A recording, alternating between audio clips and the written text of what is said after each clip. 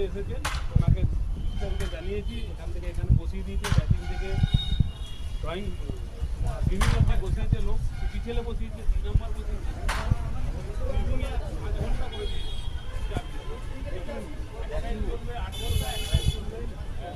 China 8 ঘন্টা বসি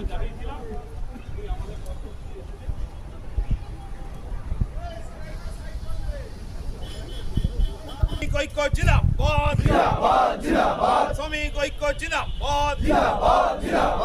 এই ভারত জুট মিলের ম্যানেজমেন্টের নোংরামি বন্ধ করো।